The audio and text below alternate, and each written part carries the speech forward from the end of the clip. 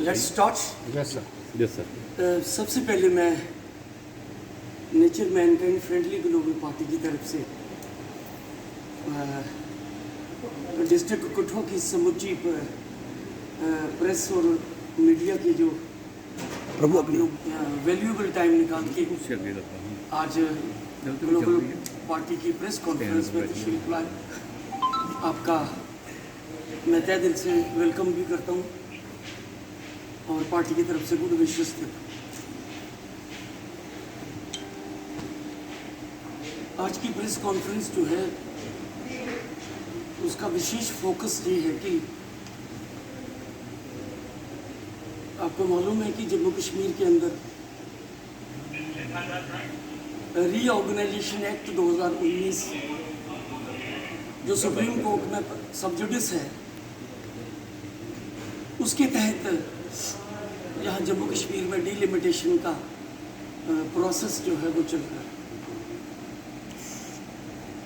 उसके draft proposals जो हैं वो पहले भी आते रहे, लेकिन वो जो उनके एसोसिएट मेंबर्स हैं जम्मू कश्मीर रियासत के, जो 5 ऑनरेबल मेंबर ऑफ पार्लियामेंट हैं, वो एंटाइटल थे कि वो डीलिमिटेशन कमीशन श्रीमती रंजनी देसाई उनको वो अपने ऑब्जेक्शन से सबमिट करवाते, लेकिन जिनके मेंबर पार्लियामेंट जो डिलिमिटेशन कमीशन के सदस्य नहीं थे, उनको ये हक नहीं था कि वो अपने कमेंट्स या अपने ऑब्जेक्शंस दायर करें। अब एक सप्ताह पहले डिलिमिटेशन कमीशन ने अपने ड्राफ्ट प्रपोजल्स जो है डिलिमिटेशंस का वो रखा और पब्लिक डोमेन के दृष्टिपटल पर रखा और तमाम पॉलिटिकल पार्टीज, पॉलिटिकल एक्टिविस्ट और पब्लिक को ये कहा गया कि आप जो डिलिमिटेशन का प्रोसेस करके ड्राफ्ट प्रपोजल आया है उस पर आप अपने ऑब्जेक्शन दे सकते हैं। टाइम बिल्कुल 7 दिन का दिया। ये बड़ा कहना चाहेंगे, 2 बातें में हम कहना चाहेंगे ग्लोबल पार्टी की तरफ से। एक तो 5 अगस्त 2019 के बाद जो रीऑर्गेनाइजेशन एक्ट पास हुआ पार्लियामेंट में और उसके तहत जम्मू कश्मीर रियासत को रीऑर्गेनाइज किया गया, जम्मू कश्मीर रियासत को डीग्रेड किया गया और रियासत से इसको यूनियन टेरिटरी में बदला गया। और दूसरा, इसकी रियासत के डिवीजन की गई, इसके 2 टुकड़े किए गए। एक लद्दाख को अलग करके इसको यूटी का स्टेटस दिया गया विदाउट असेंबली, और दूसरा कश्मीर और जम्मू को मिला के विद असेंबली एक यूटी का स्टेटस दिया गया। हमारे साथ बहुत बड़ा दचका और बहुत बड़ा खिलवाड़ हुआ पॉलिटिकली, और हम इसको पॉलिटिकल ब्लंडर मानते हैं, मॉन्यूमेंटल ब्लंडर है जी। हिस्ट्री कहती है कि यूनियन टेरिटरियों से स्टेटें बनती हैं, लेकिन स्टेटों से डिग्रेड होकर यूनियन टेरिटरियाँ नहीं बनती। लेकिन हमारी रियासत के साथ ये इतना बड़ा इनजस्टिस हुआ, खिलवाड़ हुआ, जिसका ग्लोबल पार्टी शुरू से सख्त विरोध करती आ रही है। और फिर सिर्फ यूटी नहीं बल्कि इसको यूटी के टुकड़े भी कर दिए। ये जो रीऑर्गेनाइजेशन एक्ट है इसको सुप्रीम कोर्ट में चैलेंज किया गया है और वहां पर ये सब्जुडिस है, और जब कोई मैटर सब्जुडिस होता है तो फिर वो बेस नहीं बनता किसी प्रोसेस को कैरी फॉरवर्ड करने के लिए।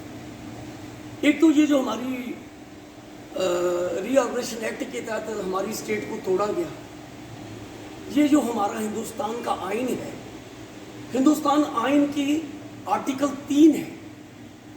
आर्टिकल 3 बिल्कुल क्रिस्टल क्लियर ये एक्सप्लेन करता है कि अगर आपने किसी भी स्टेट को रीऑर्गेनाइज करना, जब पास्ट में रीऑर्गेनाइजेशन हुई है, जैसे 1956 में रीऑर्गेनाइजेशन हुई है, मल्टीलिंगुअल प्रोविंसेस को रीऑर्गेनाइज किया गया।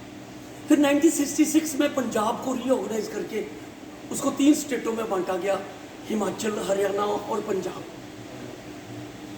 फिर अटल बिहारी वाजपेयी जी के पीरियड में 3 नई स्टेटें बनी, यूपी से उत्तराखंड बना, बिहार से झारखंड बना, मध्य प्रदेश से छत्तीसगढ़ बना। फिर उसके बाद क्लास 3 में एक सिस्टम उसके तहत आप इसको तोड़ नहीं सकते, आपको राइट ही नहीं है, ना स्टेट तोड़ने का राइट है, ना 370 ना 35 से आपको तोड़ने का राइट है। तो मेरी गुजारिश ये है, इन्होंने तोड़ के एक बड़ा दावा किया कि हमने जम्मू कश्मीर को हिंदुस्तान के बराबर कर दिया। ये एक खटकती थी, ये जो हमारा फेडरल कमिटमेंट तो ये थी नेहरू की और कांग्रेस की कि पूरे इंडिया को एक फेडरल कंट्री बनाया जाए। अरे अमेरिका 50 स्टेटें हैं और 50 स्टेटों को ऑटोनॉमी है, हर स्टेट का अपना आइन है, हर स्टेट का अपना झंडा है और हर स्टेट का ड्यूल सिटीजनशिप है। तो वो कमजोर नहीं हुए, मजबूत होंगे। जम्मू कश्मीर एक मात्र मॉडल थी फेडरल सिस्टम का, चाहिए तो ये था कि इसको पंजाब में एक्सटेंड कर दे, इसको पूरे इंडिया में लागू करते। वो करने के बदले एक सेंट्रलाइज्ड और यूनिटरी मॉडल और एक अथॉरिटेरियन मॉडल को मद्देनजर रखते हुए ये हमारा जो एक मानक बनना था, मॉडल बनना था पूरे इंडिया के लिए, ये मैं चैलेंज के साथ कहता हूं कि अल्टीमेटली इंडिया को इकट्ठा रखना है। इंडिया एक सब नेशनल, मल्टीनेशनल और एक प्लूरलिस्टिक देश है। ये कंट्री नहीं है, ये एक कॉन्टिनेंट है और एक कॉन्टिनेंट को एक देश के रूप में इकट्ठा रखना, ये एक फेडरल सिस्टम के तहत इसको इकट्ठा रखा जा सकता है। मैं कितने 5 टर्म पहले इसको रिजर्व रखा और फिर दोबारा आप उसी को रिजर्व कर रहे हो, ये कौन सा इंसाफ है आपका? सबका साथ सबका विकास का कंसेप्ट ये होता है कि मार दो फिर जहर दे दो बाकियों को भी।